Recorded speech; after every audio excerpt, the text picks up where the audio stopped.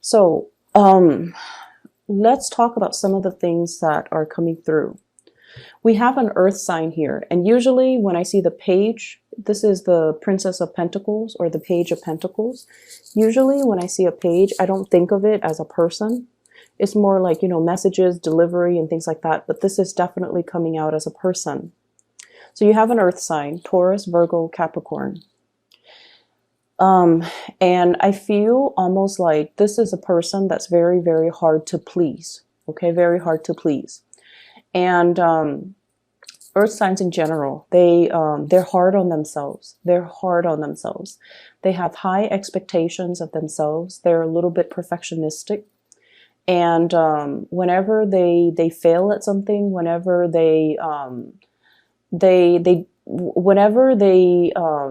make mistakes, they're very, very, very hard on themselves. And I also feel like, this is somebody that doesn't give compliments easily. This is also somebody that is, they're not a suck up. They don't, give compliments freely. They don't give of themselves freely. They give of themselves to others that deserve it. And they give of themselves to people that they love. So I feel like this is somebody that's really holding back. I also feel as well, compliments are really hard to come by with this person. So like, I'm getting it so strongly, I feel like I just need to repeat that. And then, so where does this person fit into, your energy? This is your energy, Aquarius. 6 of Wands. You are very, very well regarded in your environment. Okay. So I feel like people take you very seriously. People come to you for advice. People see all the good work that you're doing. There is definitely some type of a major breakthrough or some type of a major escalation when it comes to your reputation. Okay. And so if you haven't been sure about like, am I doing, my job well, or how do other people see me? Especially if you're in a new environment, like, does my supervisor like me? Do my coworkers like me? Especially if you are also thinking about leaving the work environment and you're just like, am I going to get a good letter of recommendation? Am I going to be recommended for further opportunities? You're in a position where you are highly, highly regarded. And a lot of people look up to you. They won't say it. They won't say that, you're great, you're amazing, I want to be like you. They're not going to do that. And the reason why they don't do that is because you guys are very aloof as well. And so I feel like other people find it hard to tell you, you're amazing, I want to be just like you, I wish I were smart like you. So they're not going to tell you that because they feel like you already know that. But I feel that you guys don't already know this. I feel like you have been dealing with quite a bit of self-doubt the past 2 months. Am I capable? Am I good enough? Am I attractive enough? Like body image issues, competency issues, self-confidence. You have dealt with your fair share of it within the past 2 months. And I feel like this is moving away from that into this month in February. You have been shining really, really bright. You have been trying to kind of rebuild your reputation. Not that there's anything wrong with your reputation, but you've been taking yourself very, very seriously, doing things in a very serious manner to show others your capabilities, to show others your commitment, to show others what you're willing to do, to show others your work ethics, your hard work, your determination, all of those things. And it's very well received, but I feel almost like there's one person in particular that you're trying to please, this earth sign right here. And you don't know how they think of you, how they see you, how they feel about you. Okay? And I feel like you have done a lot of things to try to kind of like connect with this person. How do you feel about me? How do you think about me? What's going on with you? But I feel like they're holding back. It's almost like your light is too bright and they're not able to face it. You know how you stare at the sun and then it makes you squint your eyes? It's too much. And it could be damaging too to your retinas, right? So I feel like that's what's happening. And in due time, they're going to show you. Okay, in due time, they're going to show you that, yes, you're very special. Yes, you are, you know, great. You're amazing. But I just feel like for right now, they're kind of moving things away. So they're kind of like not showing themselves, or they're purposely trying not to let you know. For some of you, they think you're a little bit arrogant. And I feel like, you know, it's that that level of aloofness that makes them think this. And in due time, they're going to come around and see you in a different light. But I feel like this person in general, they are, you know, a little bit more on the critical end. They have really high expectations of everybody. They have high expectations for themselves, and they have high, and, you know, as a result, they have high expectations for everybody. So they don't dish out compliments easily. They don't say things that they don't mean. And they're not ones to shower you with compliments and affection and, you know, really corny displays of just terms of endearment or affection. Okay, so it's going to take some time, but it's going to work itself out. Because if you're coming in like this, Aquarius, really just, you know, on your A game, taking care of things, being well regarded, then sooner or later they're gonna know it. And this is a very smart person. So I don't feel like, you know, they're blind to it. I feel like they are aware of it, but they can't find the words to express to you that, yeah, you're pretty amazing, Aquarius. So that's what I'm feeling here. And I feel for many of you, you have a good sense of, you know, your intuition is really strong. But this is a person that you're not able to read.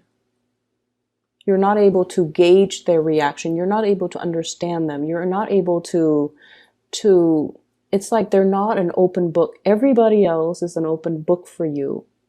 But this person is a closed book. And the thing about air signs in general is that you guys need to know. So whenever somebody is a closed book and is not readily accessible to you, you want to delve a little bit deeper. You take more interest in the unknown, and the mysterious air that they have about them makes you want to pry a little bit deeper. So you want to be careful of that tendency to be pursuing things only because you don't know. And pursuing things not because you like it, but because you feel like there's something hidden about it. And then pursuing people not because you like them, but because there might be an air of mystery about them.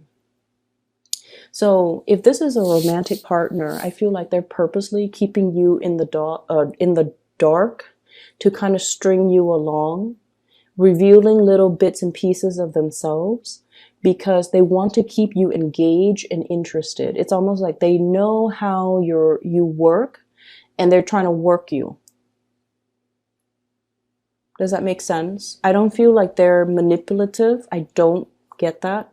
But I feel like they're afraid that your interest is very fickle. And so they want to maintain the upper hand in the relationship by keeping themselves a little bit more at a distance as well, so that you can remain interested in them. And then I also feel like I feel this element of smoke and mirrors with this person. So let me see what that's about. Give me 1 second. I don't feel this person is deceptive. Okay, I don't feel like they're deceptive. But I feel like the communication and the styles between the two of you might not jive well. Like it's almost like you don't understand each other. Okay? So it's like, so an example of this would be, you look at like a piece of abstract art and you're like, okay, that looks like a house. And then the other person's all like, no, that looks nothing like a house. It's a donkey. So it's like that night and day, night and day. And that's what it is right here. Well, this night and day energy, okay, with the Hermit and then the daytime. So I feel like you have trouble understanding where this person's coming from. And I almost feel like you want to understand them a little bit more, but they keep retreating. They're very, very elusive. And I honestly feel like this person is kind of afraid of your energy. It's not that they're shy or intimidated. I don't feel that way. But I almost feel like you're bringing in for them a lot of awareness that they're not ready to handle, or they're not ready to cope. Okay? To cope with. So for example, you know how, let's say you have a best friend, right? And best friends can be brutally honest with one another, and you won't get mad at one another. Like, your best friend so well that when she or he acts up, you can call them out on it, right? You can tell them, like, stop being mean to your mom, or stop being so defensive. I'm trying to give you good advice. Like, you can say these really blunt things. We can say these really blunt things to the people that we love, because the love is already established. So just imagine you're being very blunt to somebody when the love hasn't been established yet. So they see the things that you're saying as criticisms or as critiques of their personal beliefs, or even as a critique of them. So I feel like that's what's happening there. It's very smoke and mirrors with this person, because they're very, very afraid of criticism from you. And they don't really know how to approach you. They also don't really know how to reveal more of themselves. And that's why there's something like smoke and mirrors with this person. So I feel like for some of you, this is a boss, somebody whose opinion of you matters a great deal to you. For others, this might be like a crush, a relationship partner who I feel like they look at you and they look at your capabilities and they look at your greatness, and they don't feel like they have enough to give you. They don't feel like you being in a relationship with them is going to benefit you in any way. And so they're trying to better themselves to be on your level. And if this is somebody that doesn't really know how you feel about them, like you haven't told them, how you feel about them, or you're not in a relationship with them, they're just kind of floating around so like you could be interested in them, but you haven't really told them how you feel about them. They almost feel like they're not your equal match. Okay. And then for others, I feel like there's an element here about, having a lot of suitors in you guys, Aquarius, have a lot of suitors in your environment, but none of them, like, it's almost like the people that do like you, they really, really adore you. But because it comes so easily, it's not exciting. It's not interesting. Okay, so I feel like you're longing for the chase. You're longing for a challenge. You're longing for the one person that is aloof, that is not revealing of themselves, or you're longing for the other person. It might have been like the one that got away. But I just feel like there's an energy here about, excuse me, there's an energy here about having a lot of people who are interested in you, but because it's so readily available and readily accessible, that it doesn't really capture your interest. And I can't even tell you, like, don't take it for granted, or, Um, look at the people that's in front of you. I can't even tell you that because, you know, the heart wants what it wants. And so I feel like some of you might be barking up the wrong tree when it comes to relationship partners, because you're willing to wait on somebody that might not be ready or might not ever be willing to give you, you know, the whole 9 yards. When in fact, there are a lot of people that are readily available to give you the whole 9 yards. Okay? So I will leave it at that.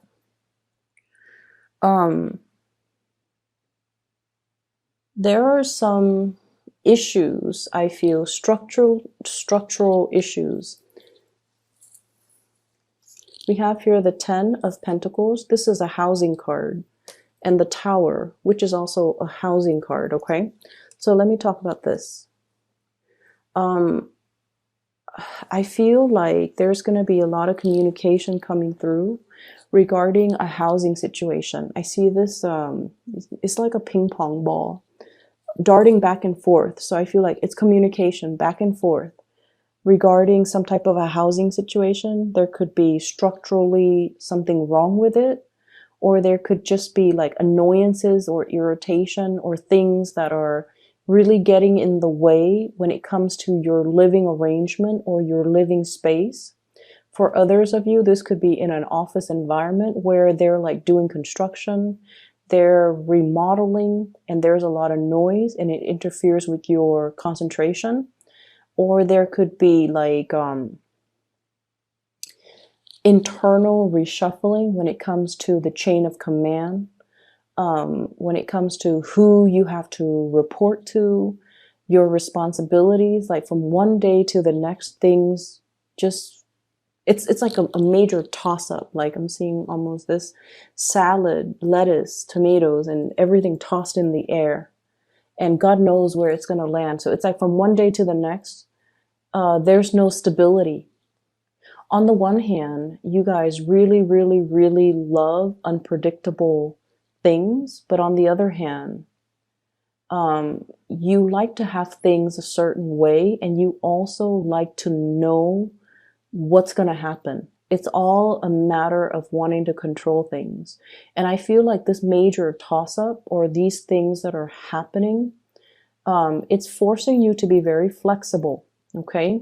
And it's forcing you to kind of like roll with the punches. And it's also forcing you as well to really need to be on your A game and to handle and navigate this energy. And you guys are actually very, very good at it. You don't like it, but you guys are very good at it. And so the moment you kind of relinquish control, the better it's going to get. You're going to start to see it almost like instantaneously. You know, when things are kind of like chaotic and disorderly around you, just close your eyes and just take a deep breath and just say, this is okay. You know, this is life. Please help me just get through it. And then you open your eyes and you're going to see things kind of like through a new lens. So I definitely see many of you coming in to be the person to fix a situation, to be a person to make decisions, like very firm, solid, quick acting types of decision to resolve problems, to stabilize a situation. It's almost like you guys are the binding force, the glue or the toolkit or even the first aid kit. And you're doing a lot of damage control in your environment for other people, okay? So it is going to be a little bit, just a little bit physically taxing. I see you running around. But I feel like mentally, it's going to be more mentally taxing than it is physically taxing, because you're going to make these decisions so fast and so swiftly that I don't even feel like you knew what you're capable of, and you are even aware of where the insights and the ability to problem solve, like where did it come from? You're not going to be able to know. And I'm telling you, you have some divine guidance that's coming through. It's your spirit guides trying to Make the situation better for you. It's just your spirit guide trying to show you how to be at the right place, at the right time, say the right things, so that you're very well regarded by everybody around you. You're able to troubleshoot, problem solve for other people, and do massive amounts of damage control. Okay? There's a lot of things coming out in this reading, so I know it's going to run a little bit longer. There is another image that I saw, and let me just relay that to you. So I see this train track. It's oval, so it's like a toy train. It's like circular. And so the train keeps going around and round and round and round in circle. And then this little kid comes and he changes the tracks, okay? He adds like an additional length of track, and then he created like, you know, more tracks. So he connects it into a different shape. And so as soon as he does that, rather than going around and around and around in circle, the train takes the new tracks and then it goes somewhere else. So I feel like that's the energy, or that's how powerful your actions are going to be for this month, where you are rerouting that energy into a different form. Okay? You're able to show other people. This is your card, Aquarius. Pouring out the water of knowledge to the rest of the world. Okay? It's like the water of life, allowing a situation to thrive, but also water of knowledge. You're sharing your knowledge and your skills and your expertise so that people are not stuck in their rut, in their patterns, in cyclical behaviors, or even karmic patterns, so that they can see a way out. So that they can see a way out. And so,